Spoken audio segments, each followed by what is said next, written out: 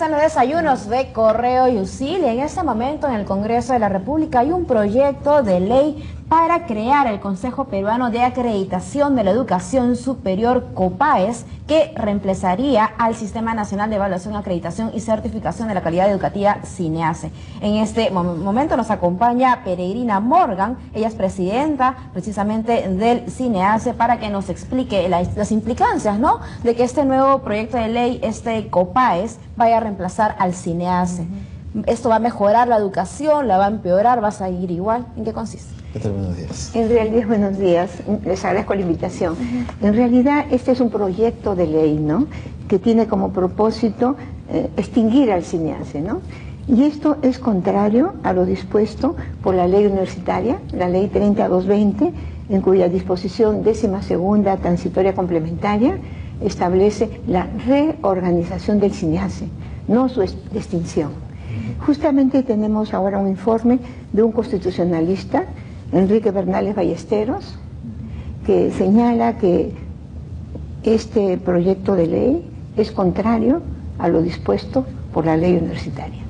Pero no va a aumentar el número de acreditaciones, que es lo que se buscaría, digamos. En realidad, yo creo que no se debe pensar en aumentar, porque no es cuestión de cantidad. El llegar a la acreditación es un proceso que requiere tiempo, porque probar que se tiene calidad supone primero que la propia institución, una universidad, un instituto, tenga que pasar por una autoevaluación, que es como mirarse a sí mismo para ver si tiene los estándares, los indicadores que son necesarios. Esto puede durar un promedio de 2 años, algunos se han demorado 4.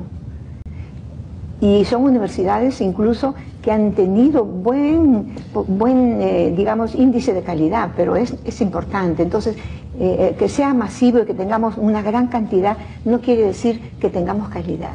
Entonces, eso debe cuidarse. Un poco para saber qué se trata de la labor del SINEACE, ustedes acreditan las carreras profesionales y además que se van a dar en cada universidad, digamos, nueva. O sea, por ejemplo, ¿cuáles son las últimas que ustedes han otorgado? Un poco para que sepa también el público. La última que hemos otorgado es a la carrera de Medicina Veterinaria de la Universidad Cayetano Heredia.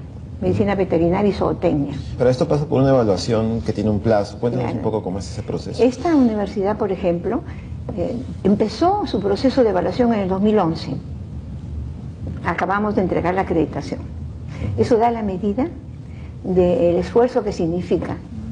Por eso es importante que la sociedad, la opinión pública sepa que no debe esperar que todas las carreras estén acreditadas, además que es voluntario el proceso. Claro. Solamente para las carreras de educación y salud es obligatorio, pero para las demás es voluntario. Y de las carreras que están en proceso de autoevaluación, el mayor número es de ingenierías, que no son obligatorias. Pero entonces eso va a suponer un largo tiempo de poder alcanzarlas. Entonces el país debe saber que las universidades que logran la acreditación van a hacerlo en un tiempo largo, y por lo tanto no debe esperarse que haya una gran cantidad de carreras acreditadas. Ahora, hay un promedio de 1.473 carreras que demandan acreditación.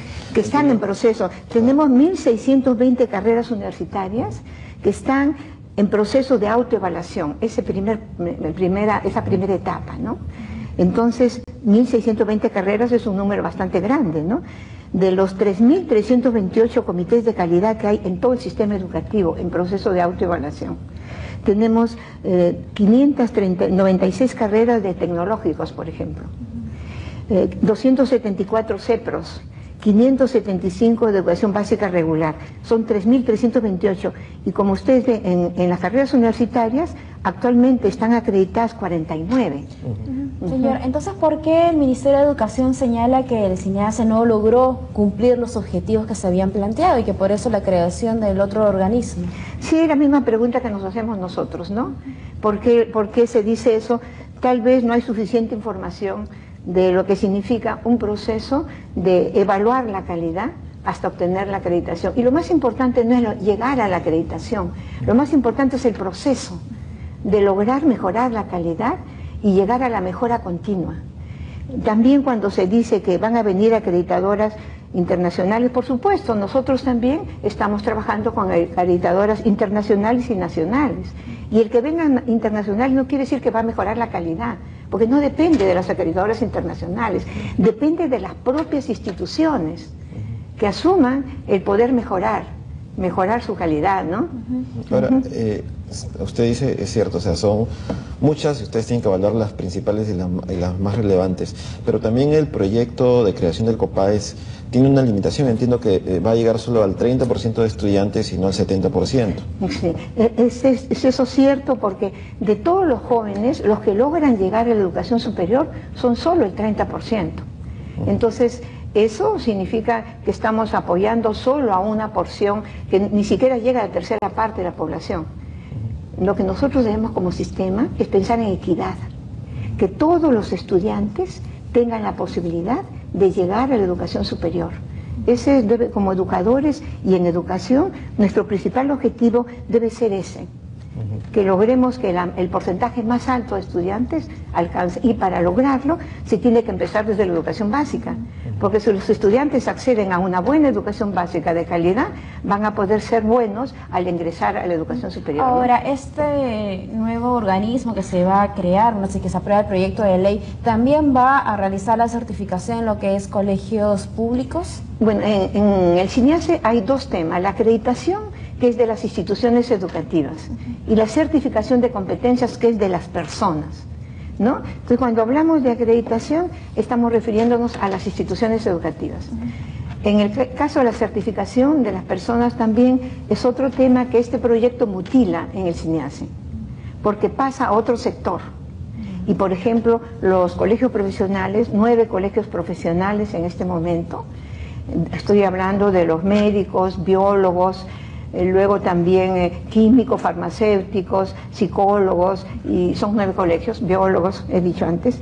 Entonces, estos han logrado, como colegios, están capacitados y autorizados por la propia ley para certificar a los profesionales de su campo. En ese caso, tenemos un alto porcentaje que han logrado certificar sus competencias, y esto es fundamentalmente importante, porque de esa forma los colegios profesionales y también las personas que egresan de los tecnológicos pueden obtener una certificación de aquellas competencias que han alcanzado después de salir del centro que los formó. Y esto es muy bueno, porque permite a las propias universidades, institutos y escuelas incluso actualizar sus currículos, porque las nuevas competencias que quieren las personas después de 5 o 10 años que egresaron, les permite incorporarlas como competencias de sus currículos y actualizarlos, y que no queden obsoletos. Con la creación del COPAES, ¿se va a dilatar este proceso? ¿Va a haber que haya demoras? No, lo que pasa es que en el caso del COPAES se elimina la certificación de competencias. Por eso es que los colegios profesionales se han pronunciado con comunicados publicados en Diario de Circulación Nacional que no están de acuerdo con un proyecto que no ha sido consultado. En ningún momento, ni siquiera el CINIACE lo conocía. ¿Y qué intereses habría detrás? Porque bueno, se ve que hay una clara controversia entre el ministerio, pero parece que esto se centra solo en el viceministro Flavio Figalo, o es también usted ha hablado de repente con el mismo ministro Saavedra y le ha explicado la problemática.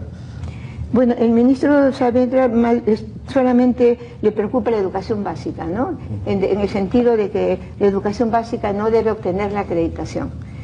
Pero en lo otro no ha expresado su opinión directamente, ¿no? Como usted ha dicho, en el caso del viceministro de Gestión Pedagógica, él considera que la acreditación debe ser solamente para la educación superior, y esa es su opinión, ¿no? ¿Y cuál, un poco para explicar la importancia de por qué acreditar una carrera, y en este caso la educación básica, por qué la necesitaría? Mire, justamente lo que debemos, yo hablé de equidad antes, igualdad de oportunidades.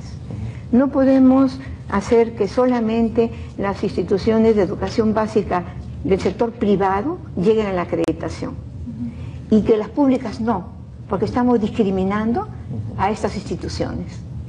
Tampoco podemos admitir que se diga que la acreditación de las instituciones privadas sí pueden competir, porque la acreditación y el mejoramiento de la calidad no es una competencia. Cada institución tiene que buscar la calidad, no porque compita, sino porque debe tener calidad y ofrecer un servicio de calidad.